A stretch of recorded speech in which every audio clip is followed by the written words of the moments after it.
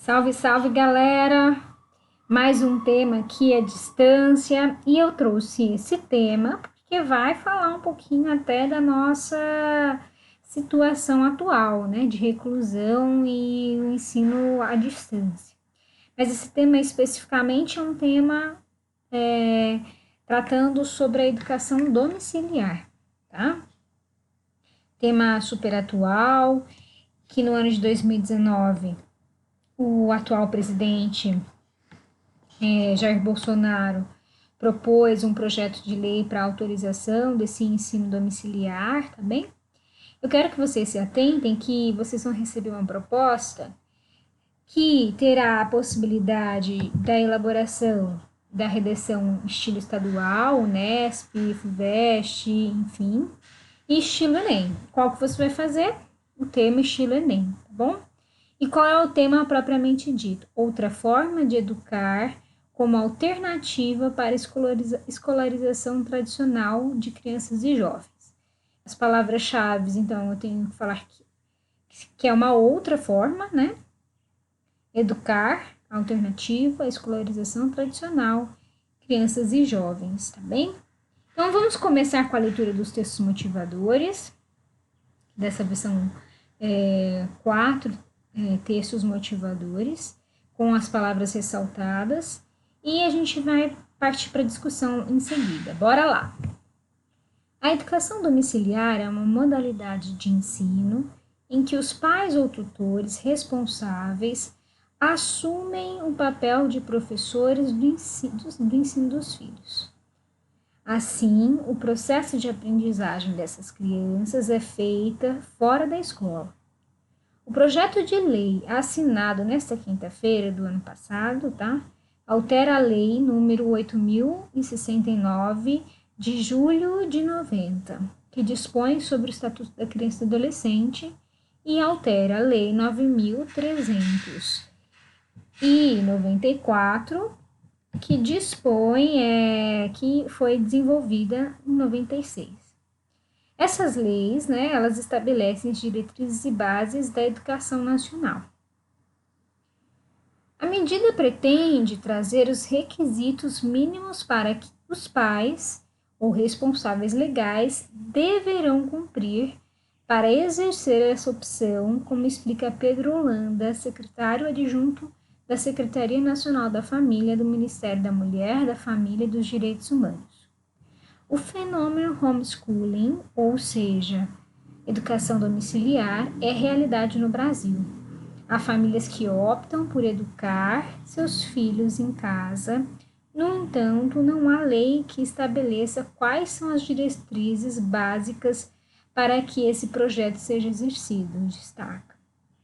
A principal motivação do projeto de lei é estabelecer um marco legal para a educação domiciliar, regular o exercício desse direito visando assegurar a educação da criança e do adolescente. É mais uma possibilidade de ensino, tendo como premissa a pluralidade pedagógica. Então, como assim? Outras formas de se ensinar que não seja somente na escola. Então, o que a educação domiciliar propõe é uma outra forma, não a exclusão do ensino escolar, mas uma outra escolha de se educar os filhos, por meio, né, do homeschooling, né, que é a educação em casa. O homeschooling pode ser feito ou para o pai sendo tutor, ou o pai contratar tutores, professores particulares, para que ensinem essas crianças dentro de casa, tá bom? Mais de 60 países permitem, ou pelo menos, né, não proíbem o ensino domiciliar, que é o caso dos Estados Unidos, Canadá, Reino Unido, Nova Zelândia, França, Portugal, Bélgica, Irlanda, Finlândia, entre outros. Outros proíbem essa prática, como é o caso da Alemanha, Espanha, Grécia e Suécia. É um fenômeno emergente e crescente, e apenas nos Estados Unidos estima-se que mais de 2 milhões de americanos recebem ensino domiciliar. O grau de intervenção estatal varia da desnecessidade de notificação ao órgão educacional oficial ao acompanhamento regular do ensino doméstico, como a submissão de avaliações periódicas para a supervisão do desempenho acadêmico. Então, aqui, como que esse ensino domiciliar nesses estados ocorre? Há uma avaliação periódica para ver se esse menino está conseguindo aprender os conteúdos necessários no seu período de formação. Uma avaliação oferecida pelo Estado.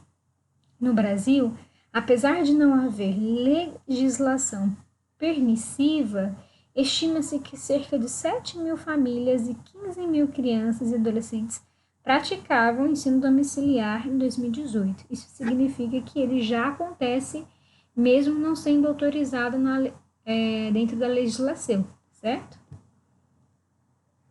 Texto 3. A avaliação do conhecimento é outro ponto a ser ressaltado no debate sobre a regulamentação do ensino doméstico no país. Para a promotora, o Ministério Público do Maranhão, do Ministério Público do Maranhão, além de impossibilitar a fiscalização do conhecimento adquirido, a modalidade se apresenta como insustentável diante da realidade da população brasileira. A promotoria teme que a medida provisória estabeleça um conhecimento único que tenha como fonte a perspectiva dos pais. Além disso, tendo em vista a qualificação média dos pais no nosso país, o ambiente domiciliar não será capaz de oferecer toda a instrução que os alunos necessitam durante o período de formação. Então, aqui eu já tenho um ponto de vista contrário ao ensino domiciliar, alegando que os pais, muitos, não têm qualificação necessária para o ensino domiciliar. Então, eles não serão capazes de oferecer as instruções necessárias para essas crianças. E também temem ter apenas uma fonte de conhecimento que é a fonte estabelecida pelo pai, não a modalidade de me comunicar com outras pessoas, a pluralidade, certo? A proposta de educação domiciliar, entretanto, não é rejeitada em sua totalidade. A presidente executiva de Todos pela Educação, Priscila Cruz, destaca que existem casos excepcionais em que há necessidade do atendimento domiciliar, e isso precisa ser levado em conta. Para a Priscila, o ensino doméstico não só pode se tornar uma meta de governo. O ensino em ambiente escolar é essencial na formação das crianças e jovens. Enquanto se fala sobre isso, a gente acaba deixando de discutir questões importantes, como promovermos o ensino de qualidade para tantas crianças que precisam estudar no país. Os ex-ministros da Educação, Cristóvão Buarque e Renato Janine Ribeiro, também participaram da discussão e destacaram a importância de se conviver com outros alunos durante o período de formação. Os desafios com o acesso e a permanência na educação brasileira, os possíveis efeitos de ensino domiciliar no país estão sobre os temas discutidos pelo apresentador Cristiano Reisegel e os convidados nessa edição do programa Debate, que eu deixei o link para vocês assistirem, tá certo? Aqui e no fim desses slides. Então, o que ele propõe? É importante conviver com outras pessoas e entender a pluralidade. Apesar de, em alguns casos, haver a necessidade de um ensino domiciliar, na maioria das vezes, eu preciso muito mais levantar em como qualificar o ensino na escola do que pensar em problematizar e oferecer um ensino domiciliar. E o texto 4, por que alguns pais optam pela educação domiciliar.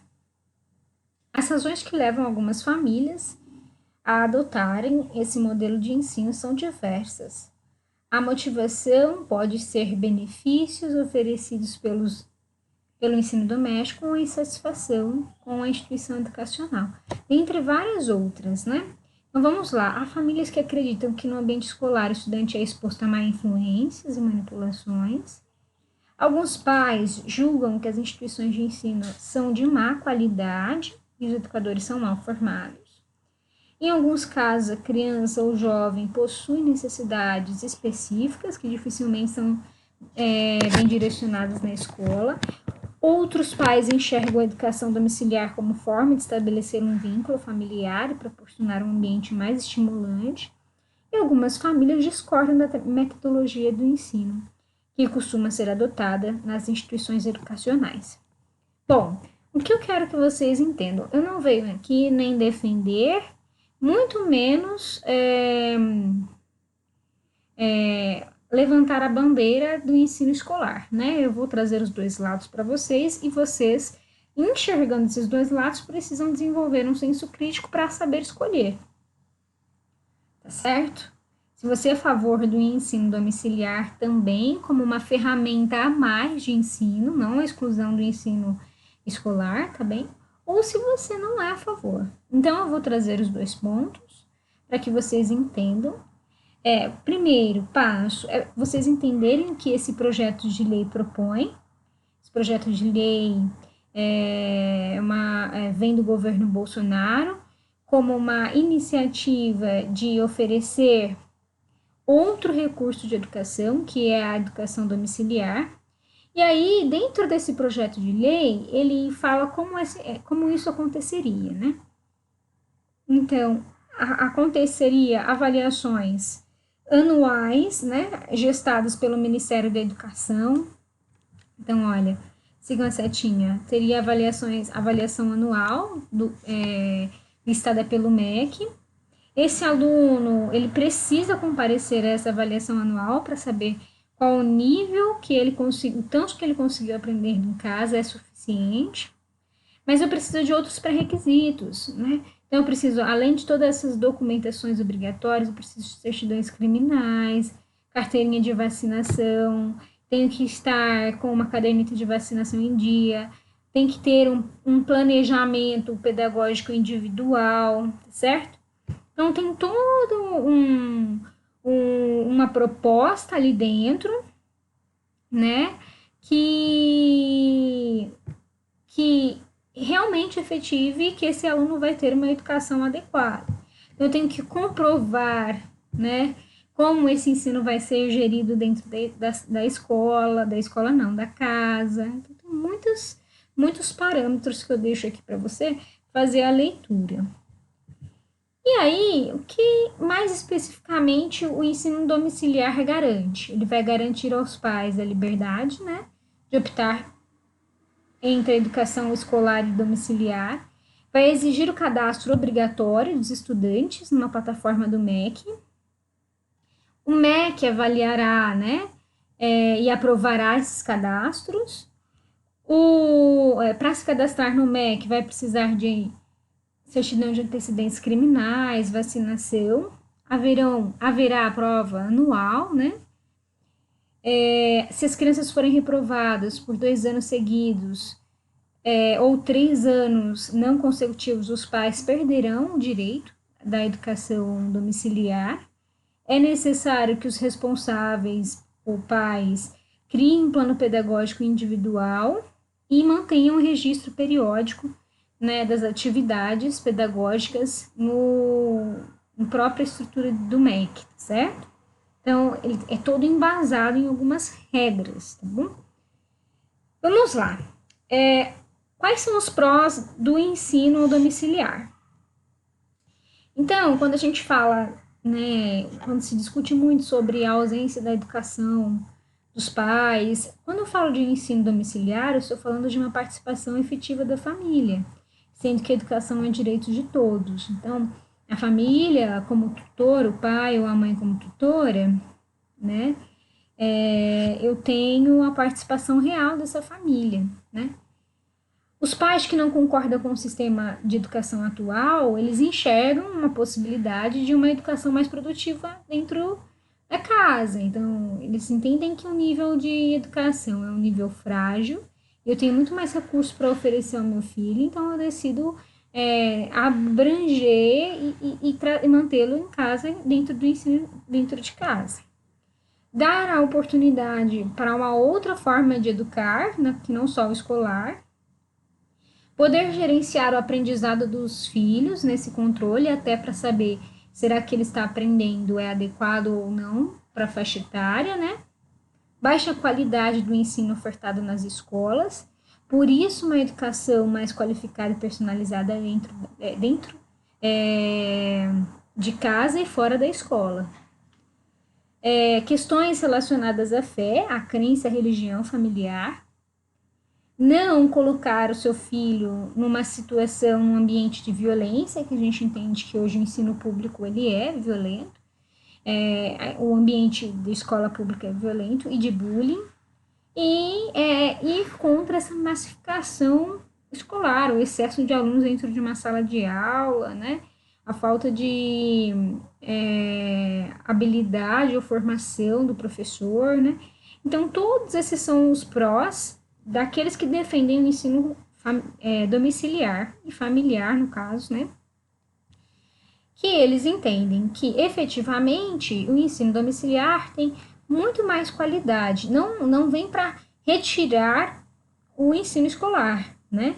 Mas eu venho para oferecer uma outra forma de educar para aqueles que acreditam que dentro de casa o filho terá muito mais subsídios para lidar, né, com o mundo. E aí eu trouxe a voz da ministra Damares, que é a ministra do Ministério da Mulher, da Família e dos Direitos Humanos, para defender, né, esse ensino domiciliar. Então, nós entendemos que é direito dos pais decidir sobre a educação de seus filhos. É uma questão de direitos humanos. Então, a iniciativa sai deste ministério sob esta vertente. É uma questão de direitos humanos também. E nós somos signatários no Pacto de São José da Costa Rica, que garante isso às famílias. E veja só, é uma demanda de família isso, e tem que sair do Ministério da Família. Claro, em parceria anuência com o Ministério da Educação. Mas a iniciativa deste ministério é legítima. Este Ministério da Mulher, da Família e dos Direitos Humanos surge para atender as demandas de famílias no Brasil. Nós temos um número muito grande de famílias no Brasil que fazem o ensino domiciliar, só que essas famílias não estão ainda abrigadas pela legislação. Então, a ANP, né, vem para acolher as famílias. Vamos enxergar os contras desse ensino domiciliar. O que é levantado? Primeiro, as crianças e os jovens não saberão lidar com a diversidade da vida, visto que eles vão estar só no seu contexto familiar. Então, eles não terão ali meios para interagir com outras realidades, outras famílias, outras pessoas, outras crianças, então terá dificuldade de lidar com a diversidade. Os pais que trabalham demais para serem tutores e não têm condição de pagarem professores particulares, então como que isso vai funcionar?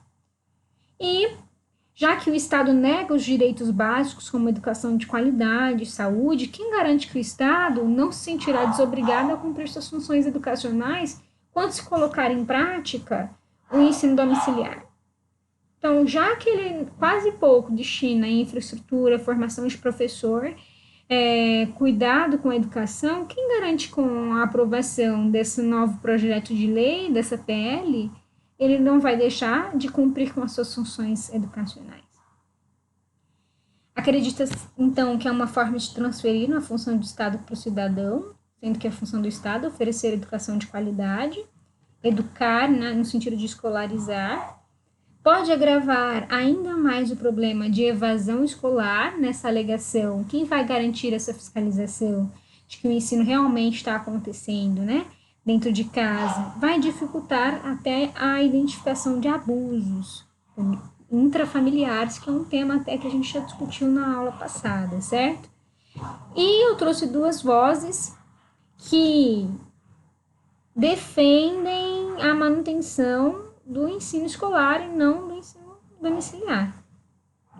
O Brasil é um país muito grande, muito diverso, sem uma legislação específica que estabeleça a fiscalização na frequência.